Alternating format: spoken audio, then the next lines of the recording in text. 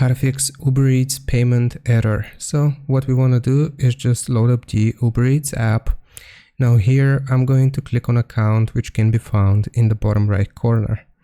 Click on account and you should be able to see an option called wallet. So just select wallet.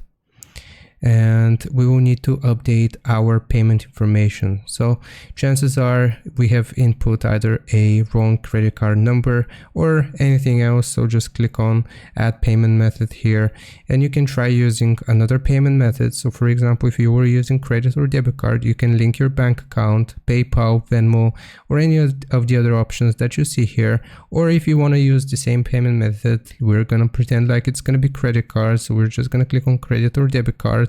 And make sure you input the correct information this time. So just verify your card number, your expiration date, as well as your CVV number.